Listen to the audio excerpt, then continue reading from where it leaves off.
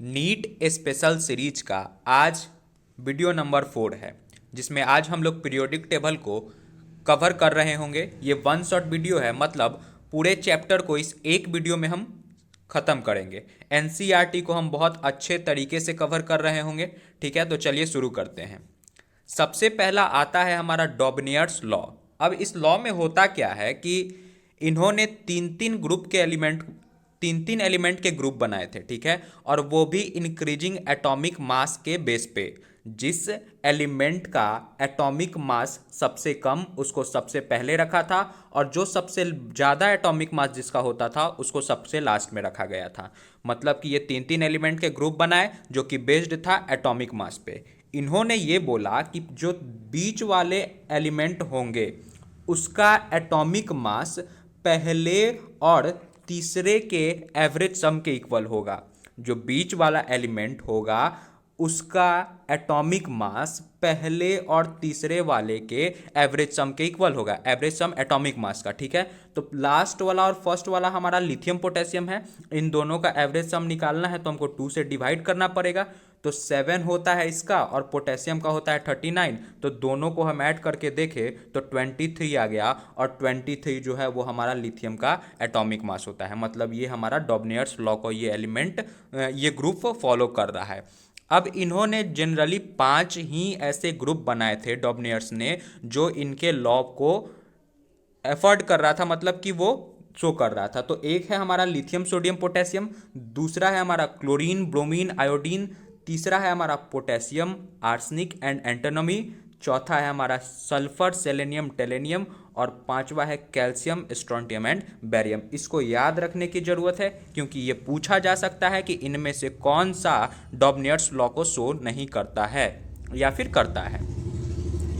अगला है हमारा न्यूलैंड्स लॉज ऑफ ऑक्टेव। देखिए इसमें क्या होता है कि हर एक eighth element have the same property as the first one. ठीक है, एज द फर्स्ट वन, ये यहाँ लिखा नहीं था। एवरी एट्थ एलिमेंट जो है वो सेम प्रॉपर्टी शो करता है जैसा कि पहला एलिमेंट करता है। फॉर एग्जांपल देखिए, hydrogen lithium beryllium boron carbon nitrogen oxygen. तो हाइड्रोजन का एट्थवा एलिमेंट कौन सा है? तो फ्लोरीन।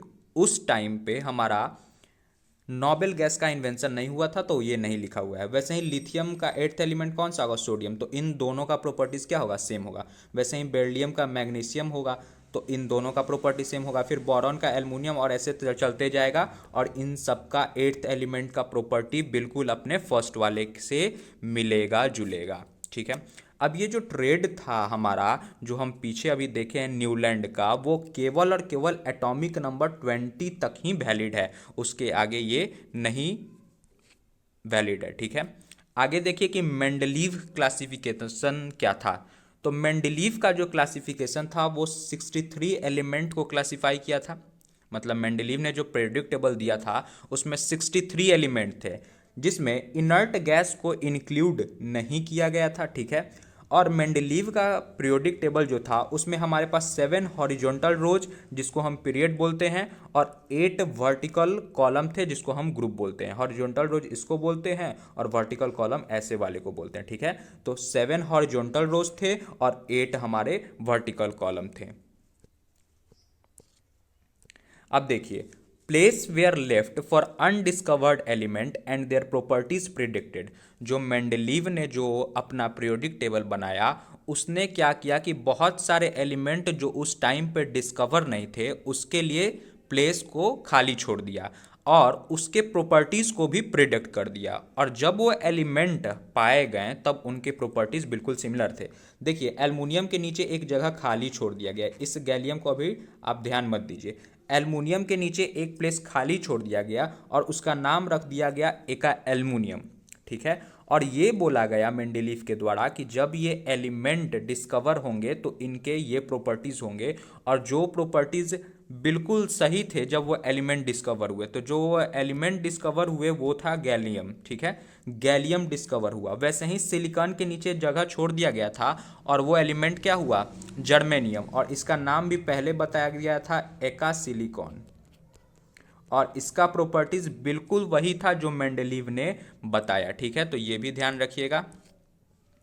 आगे देखिए कि इसका ड्रॉबैक क्या था। तो position of hydrogen is not fixed. अब आपको पता है कि हाइड्रोजन जो है वो फर्स्ट ग्रुप के एलिमेंट की तरह भी बिहेव करता है और एट्थ ग्रुप मतलब हैलोजन फैमिली की तरह भी बिहेव करता है, इसीलिए हाइड्रोजन का कोई जगह फिक्स नहीं था इनमें, इनके पीरियोडिक टेबल में। दूसरा कि कोई आइसोटोप्स का सेपरेट जगह नहीं था, no separate position for isotopes. Isotopes हम किसको बोलते हैं कि ऐसा एलिमेंट जिसका जिसका सेम एटॉमिक नंबर हो बट मास नंबर डिफरेंट हो। और तीसरा है कि no group for lanthanoids, no separate position होगा यहाँ, no separate position for lanthanoids as well as एस्टेनॉइड्स, no separate position for lanthanoids and एस्टेनॉइड्स, तो कोई पोजीशन नहीं दिया था लेंथेनॉइड्स और एस्टेनॉइड्स के लिए, ठीक है। ये तो थे थ्योरेटिकल बातें। अब देखिए कि हमारा मॉडर्न पीरियोडिक लॉ, चौथा लॉ, ठीक है। तो ये जो लॉ था वो एटॉमिक नंबर पे बेस्ड था। अभी तक हम लोगों ने जो भी पढ़ा वो सब एटॉमिक मास पे बेस्ड था। इसमें हमारा 18 वर्टिकल कॉलम था, मतलब 18 ग्रुप थे, और 7 हॉरिजॉन्टल लाइंस, डेट मीन्स कि 7 पीरियड्स थे, ठीक है। हॉरिजॉन्टल लाइंस इसको और हॉरिजॉन्टल लाइंस को ही हम पीरियड बोलते हैं। तो मॉडर्न पीरियोडिक टेबल में हमारे पास 7 पीरियड्स थे और 18 वर्टिकल कॉलम थे, ठीक है। इसको याद रखिएगा। चलिए आगे देखते हैं। अब देखिए कि हम IUPAC नेमिंग कैसे करेंगे ऐसे एलिमेंट का जिसका एटॉमिक नंबर 100 से ज़्यादा है, ठीक है।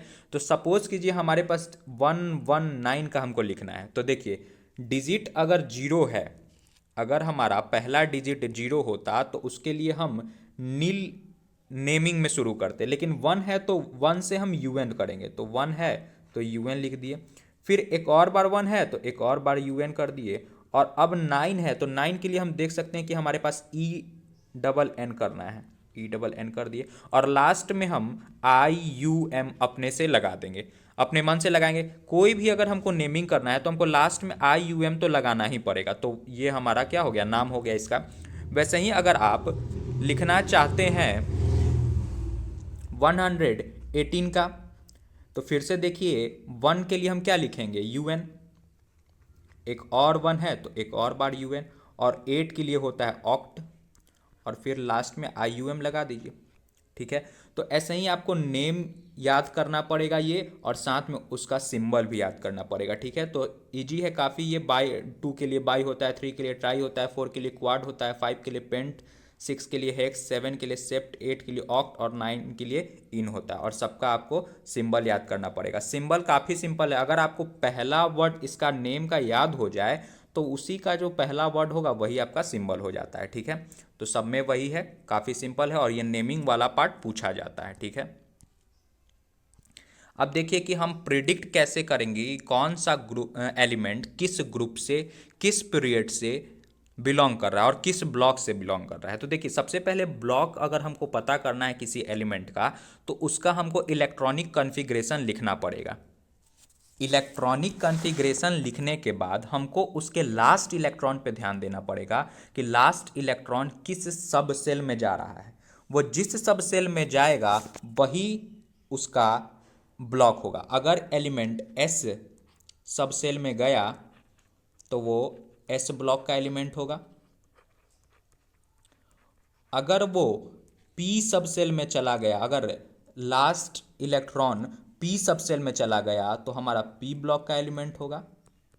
D सब सेल में चला गया तो D ब्लॉक का एलिमेंट होगा, और F सब सेल में चला गया तो हमारा F ब्लॉक का एलिमेंट होगा। तो हमको क्या ध्यान रखना है कि इलेक्ट्रॉनिक कॉन्फ़िगरेशन लिखेंगे, उसके बाद ये देखेंगे कि लास्ट इलेक्ट्रॉन किस सबसेल में जा रहा है, जिस सबसेल में जाएगा उसी ब्लॉक का वो एलिमेंट हो जाएगा। फॉर एग्जाम्पल अगर हम ऑक्सीजन का एटॉमिक नंबर 8 होता है, जनरल इलेक्ट्रॉनिक कॉन्फ़िगरेशन लिखे तो 1s2 2s2 2p4। अब देखिए कि लास्ट इलेक्ट्रॉन जो है वो हमारा P सब सेल में जा रहा है, मतलब ये P ब्लॉक का एलिमेंट हो गया, ठीक है। वैसे ही आयरन का देखिए तो आयरन का एटॉमिक नंबर 26 होता है, जिसका कि जनरल इलेक्ट्रॉनिक कॉन्फ़िगरेशन होता है आर्गन, मतलब 18 यहाँ इलेक्ट्रॉन चले गए, 4s2 3d6। यहाँ लास्ट इलेक्ट्रॉन हमारे D सब सेल में जा रहा है, मतलब ये क्या हो गया, D ब्लॉक का एलिमेंट हो गया। मतलब हम सीख गए कि इलेक्ट्रॉनिक कॉन्फ़िगरेशन लिखेंगे, देखेंगे कि किस सब सेल में हमारा इलेक्ट्रॉन, लास्ट इलेक्ट्रॉन जा रहा है, वही हमारा प्रिडिक्ट क्या कर देगा, ब्लॉक ऑफ एलिमेंट। तो अब हम लोग देखेंगे कि हम ग्रुप नंबर को कैसे निकाल सकते हैं। तो सबसे पहले हम एस ब्लॉक के एलिमेंट के लिए देखते हैं। तो ग्रुप नंबर अगर हमको निकालना है तो number of valence electron in outer most shell देखना पड़ेगा। जितना number of valence electron outer most shell में होगा वही उसका ग्रुप नंबर होगा। अगर हम मैग्नीशियम की बात करें तो उसका एटॉमिक नंबर 12 होता है और उसके इलेक्ट्रॉनिक कॉन्फ़िगरेशन ये होता है। तो इसमें जो हमारा आउटर मोस्ट सेल है वो ये वाला है और इसमें नंबर ऑफ इलेक्ट्रॉन की संख्या कितनी है, 2 है। इसका मतलब इसका ग्रुप नंबर क्या हो गया, 2 हो गया। ठीक है, तो ग्रुप नंबर एस ब्लॉक के एलिमेंट के लिए हमको ये देखना है कि number of valence electron outer most shell में कितने हैं। जितने नंबर ऑफ बैलेंस इलेक्ट्रॉन्स होंगे वही उसका ग्रुप नंबर हो जाएगा। ठीक है, अब हम पी ब्लॉक के एलिमेंट के लिए देखते हैं। तो पी ब्लॉक के एलिमेंट में ग्रुप नंबर निकालने के लिए आपको number of valence electron in outer most shell और साथ में उसमें +10 कर देना है। ठीक है, फॉर एग्जांपल अगर हम क्लोरीन जिसका कि एटॉमिक नंबर 17 होता है उसका इलेक्ट्रॉनिक कॉन्फ़िगरेशन लिखे तो ये वाला पूरा इलेक्ट्रॉनिक कॉन्फ़िगरेशन होगा। अब इसके आउटर मोस्ट सेल में आपको देखना है। तो आउटर मोस्ट सेल ये दोनों पार्ट है, 3s वाला और 3p वाला, जिसमें नंबर ऑफ इलेक्ट्रॉन यहाँ पे 2 और यहाँ पे 5, मतलब टोटल नंबर ऑफ इलेक्ट्रॉन्स कितने हो गए, 7। और साथ में आपको प्लस क्या करना है, 10। डेट मीन्स कि ये 17 ग्रुप का एलिमेंट है। ठीक है, तो ग्रुप नंबर इसका भी निकल गया। अब हम लोग देखते हैं कि डी ब्लॉक एलिमेंट के कैसे हम ग्रुप नंबर निकालेंगे। ठीक है, अच्छा 1 मिनट और हम पीछे देख सकते हैं कि अगर हम जैसे मैग्नीशियम का हम इलेक्ट्रॉनिक कॉन्फ़िगरेशन लिखे तो लास्ट इलेक्ट्रॉन हमारा एस सेल में जा रहा है, एस सब सेल में जा रहा है, एस सब सेल में जा रहा है, इसका मतलब ये एस ब्लॉक का एलिमेंट है। तो दोनों बात कंफर्म हो गया कि हमारा एस ब्लॉक का एलिमेंट है जिसका कि हम ग्रुप नंबर इस तरीके से निकाल सकते हैं। ठीक है, वैसे ही यहाँ पे भी आप देख सकते हैं कि क्लोरीन में लास्ट इलेक्ट्रॉन जो है वो हमारा पी सब सेल में जा रहा है, मतलब ये पी ब्लॉक का एलिमेंट है और जिसका कि ग्रुप नंबर क्या है, 17 है। ठीक है, अब हम डी ब्लॉक के एलिमेंट के लिए बात करते हैं। तो डी ब्लॉक के एलिमेंट में ग्रुप नंबर अगर हमको निकालना है तो हमको एनएस में जितने इलेक्ट्रॉन हैं और साथ में n-1 इंटू डी वाले इलेक्ट्रॉन को सेलेक्ट करना है। क्वेश्चन से देखते हैं इसको कि सपोज कीजिए कि हमारे पास आयरन है और इसका हमको ग्रुप नंबर बताना है। आयरन हमारा डी ब्लॉक का एलिमेंट है, ये हम कैसे पता कर सकते हैं, तो उसका इलेक्ट्रॉनिक कॉन्फ़िगरेशन लिखें, आर्गन 4s2 3d6, इसका एटॉमिक नंबर 26 होता है। अब हम ये देखें कि लास्ट इलेक्ट्रॉन जो है वो हमारा डी सबसेल में जा रहा है, मतलब ये डी ब्लॉक का एलिमेंट है, पहला बात कंफर्म हो गया। अब ये देखिए कि हम ये बोले कि ग्रुप नंबर निकालने के लिए एनएस में जितने इलेक्ट्रॉन है, तो एनएस में हमारे पास यहाँ कितने इलेक्ट्रॉन है, 2 इलेक्ट्रॉन है। साथ में n-1 इंटू डी वाले पार्ट को, तो n-1 इंटू डी वाला पार्ट ये है, इसमें कितने इलेक्ट्रॉन, 6 इलेक्ट्रॉन, तो प्लस कर दीजिए 6। डेट मीन्स टोटल 8 हो गया, मतलब ये 8th ग्रुप का एलिमेंट है। ठीक है, वैसे ही अगर हम कॉपर की बात करें तो आर्गन में 18 इलेक्ट्रॉन, 4s में 1 इलेक्ट्रॉन और 3d में 10 इलेक्ट्रॉन। तो हमको ns वाले इलेक्ट्रॉन से मतलब है और उसके n-1 इंटू डी वाले इलेक्ट्रॉन से मतलब है। तो ns में हमारे पास 1 इलेक्ट्रॉन और n-1 इंटू डी वाले में 10 इलेक्ट्रॉन, मतलब टोटल 11 इलेक्ट्रॉन हो गए। 11 इलेक्ट्रॉन होने का मतलब है कि ये हमारा 11th ग्रुप से बिलोंग करता है, इसका ग्रुप नंबर हमारा 11 हो गया। अब देखिए कि शील्डिंग इफेक्ट क्या है। शील्डिंग इफेक्ट देखते हैं अब। तो इनर सेल के इलेक्ट्रॉन आउटर सेल के इलेक्ट्रॉन को रिपेल करते हैं। अगर इनर वाले इलेक्ट्रॉन आउटर वाले इलेक्ट्रॉन को ज़्यादा रिपेल करेंगे तो हमारा शील्डिंग इफेक्ट ज़्यादा होगा। ठीक है, तो जो फेमस क्वेश्चन यहाँ से पूछा जाता है ऑर्डर ऑफ शील्डिंग इफेक्ट, तो हमारा सबसे strong shielding effect S shell वाला, फिर P वाला, फिर D वाला और फिर F वाला। तो ये याद रखिएगा order of shielding effect, S P D और फिर F सबसे लास्ट में, सबसे वीक होता है F वाला। अब हम एटॉमिक रेडियस की बात करते हैं। तो एटॉमिक रेडियस में हमारा 2 पार्ट होगा, कटायनिक एंड अनायनिक। सपोज कीजिए हमारे पास कोई एक पेरेंट एटम है, सोडियम कोई भी ले सकते हैं। अगर ये 1 इलेक्ट्रॉन लूज करेगा डेट मीन्स कि इसकी खोपड़ी पे पॉजिटिव चार्ज आएगा, तो ये कटायन बन गया। वैसे ही अगर हम अनायनिक रेडियस की बात करें तो अगर कोई एक एलिमेंट एक इलेक्ट्रॉन गेन करता है तो उसकी खोपड़ी पे निगेटिव चार्ज आ जाता है, ठीक है। तो कटायनिक अनायनिक हो गया। अब आगे देखते हैं। यहाँ पे लिखा है कि जितना ज़्यादा किसी एटम पे या फिर एलिमेंट बोलिए उस पे पॉजिटिव चार्ज होगा उसका रेडियस उतना ही कम होगा। मतलब कोई हमारे पास एक एलिमेंट है एक्स, उसकी खोपड़ी पे जितना ज़्यादा पॉजिटिव चार्ज होगा उसका रेडियस उतना ही कम होगा। पॉइंट नंबर 2, जितना निगेटिव चार्ज किसी एलिमेंट के खोपड़ी पे होगा उसका रेडियस उतना ही कम होगा, ठीक है। फॉर एग्जांपल हम देखते हैं, अगर हमारे पास एक्स कोई एलिमेंट है, मान लीजिए एक्स है हमारे पास एक एलिमेंट, एक बार हम उस पर पॉजिटिव चार्ज 1 दिए और एक बार उस पर 2 पॉजिटिव चार्ज दिए। अब इन दोनों में हमको रेडियस बताना है कि किसका ज़्यादा होगा। तो जितना ज़्यादा पॉजिटिव चार्ज रेडियस उतना ही कम, मतलब एक्स प्लस वाले का रेडियस ज़्यादा होगा। केस नंबर 2, इस y पे हमारा माइनस निगेटिव चार्ज 1 है और इस पे 2 माइनस है, मतलब जितना ज़्यादा निगेटिव चार्ज उतना ही उसका रेडियस ज़्यादा होगा, तो इसका रेडियस हमारा ज़्यादा होगा, ठीक है। तो ये बात ध्यान रखिएगा, बहुत क्वेश्चन पूछे जाते हैं डायरेक्ट। अब देखिए ट्रेंड इसमें क्या है रेडियस में, कि जब हम लेफ्ट टू राइट जाएंगे तो हमारा एटॉमिक रेडियस डिक्रीज करेगा। लेफ्ट टू राइट कहने का मतलब पीरियड भी बोल सकते हैं और साथ में हॉरिजॉन्टल रोज, मतलब जब हम लेफ्ट टू राइट मूव करेंगे पीरियोडिक टेबल में तो हमारा रेडियस क्या होगा, डिक्रीज करेगा। और जब हम टॉप टू बॉटम आएंगे, मतलब ऊपर से नीचे आएंगे, मतलब हम ग्रुप की बात कर रहे हैं, तो हमारा एटॉमिक रेडियस इंक्रीज करेगा। अब देखिए हमारा बोरॉन फैमिली का एलिमेंट सब है, जिसको हम याद रखने का तरीका ये ध्यान रखते हैं निमोनिक बना के कि बाल गंगाधर इंडियम तिलक, ठीक है। तो इसमें जब हम टॉप टू बॉटम आएंगे तो हमारा रेडियस का ऑर्डर क्या होना चाहिए, नीचे वाले का सबसे ज़्यादा और ऊपर वाले का सबसे कम, मतलब थैलियम सबसे पहले, फिर इंडियम, फिर गैलियम, फिर एल्युमिनियम, फिर बोरॉन। ट्रेंड के अनुसार तो यही होना चाहिए, बट यहाँ एक्सेप्शन एग्जिस्ट करता है और एक्सेप्शन के अनुसार गैलियम का जो होता है वो कम हो जाता है एज कंपेयर्ड विथ एल्युमिनियम, ठीक है। तो थैलियम पहले सबसे पहले सही है, इंडियम, फिर यहाँ पे जो चेंज आता है एल्युमिनियम का ज़्यादा होता है as compared with gallium, and then boron. और बहुत ज़्यादा नहीं, बहुत कम ही होता है, बट हमारे एनसीईआरटी में ये लिखा हुआ है और बार बार नीट में ये पूछा भी गया है। तो thallium, indium, aluminium, gallium and then boron होगा। अब देखिए कि आयोनाइजेशन इंथैल्पी हम किसको बोलते हैं।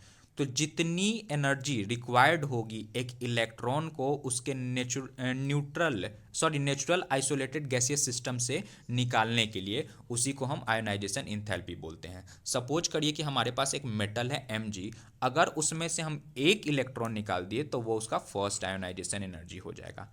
इसी निकले हुए इलेक्ट्रॉन में से एक और इलेक्ट्रॉन हम निकाल दे तो वो उसका सेकेंड आयोनाइजेशन एनर्जी होगा, ठीक है। इसको ध्यान रखिएगा। आगे देखते हैं।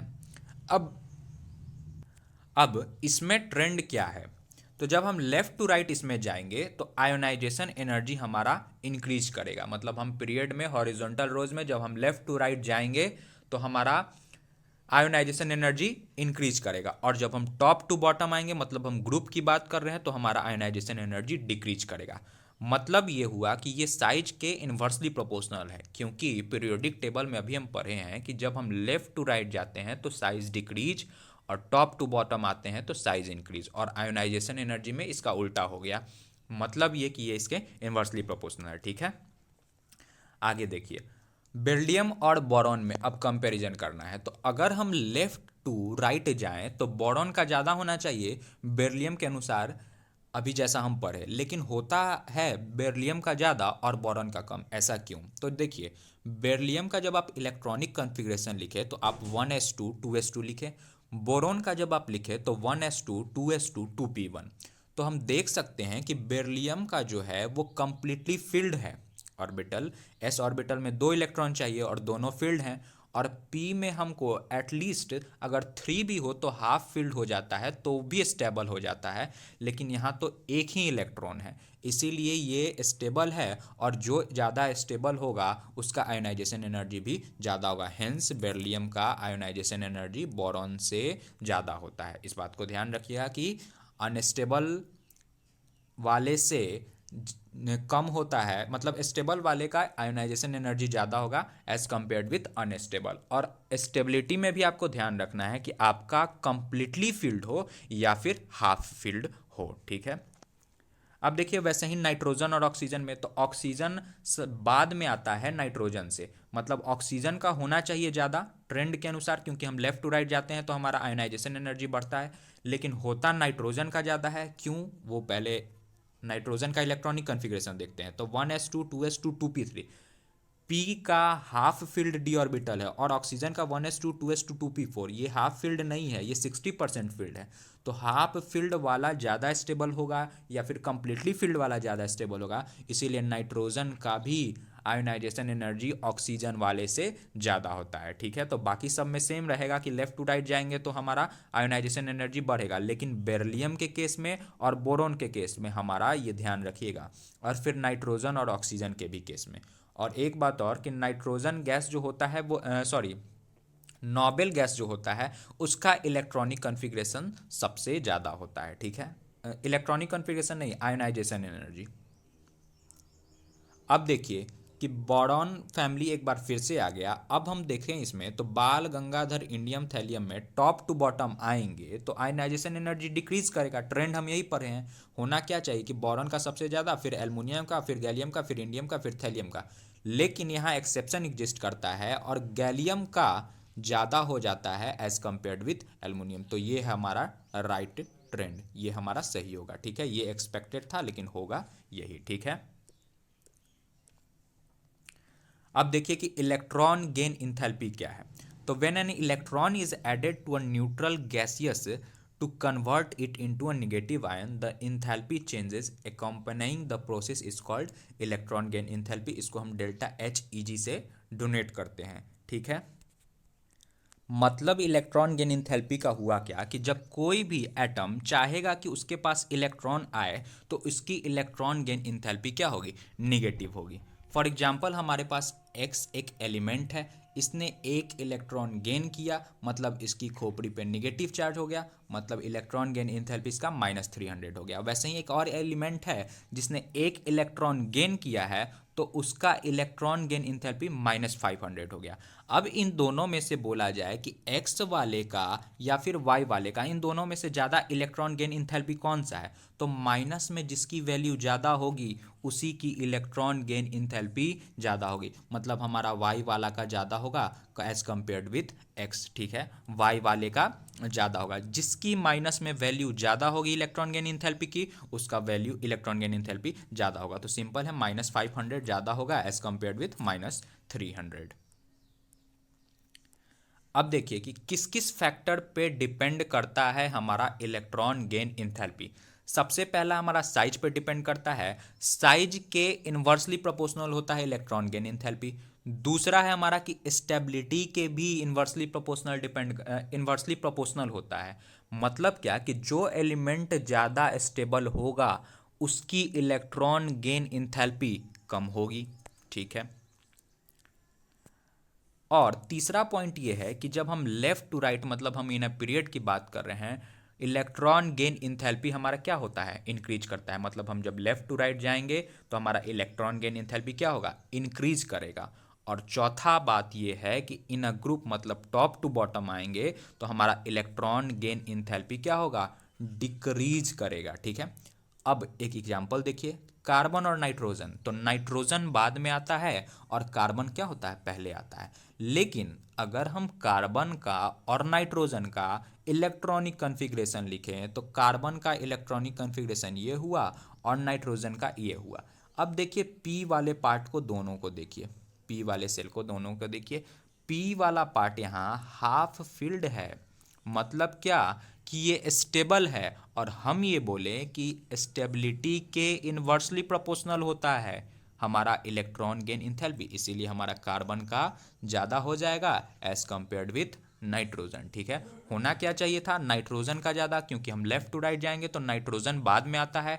हुआ किसका ज़्यादा? कार्बन का। क्यों हुआ? क्योंकि नाइट्रोजन का जो है हमारा वो पी वाला सेल हाफ फिल्ड है, हाफ फिल्ड होने की वजह से ये स्टेबल होता है, ठीक।